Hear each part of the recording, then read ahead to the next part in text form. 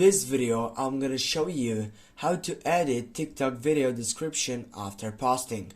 For example, if you go here into your profile setup on your site and you tap on this video, and now if you want to simply take off or simply get up and edit that description on it, if you tap on the three dots on the last selection right over here, you're gonna see many sites in which also if you tap on that privacy setup or settings,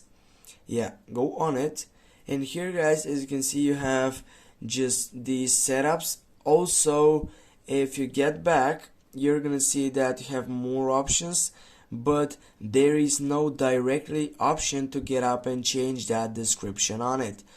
The real solution for this site, it is by getting up and deleting this post, and then you need simply to get reposted again, but with a different description.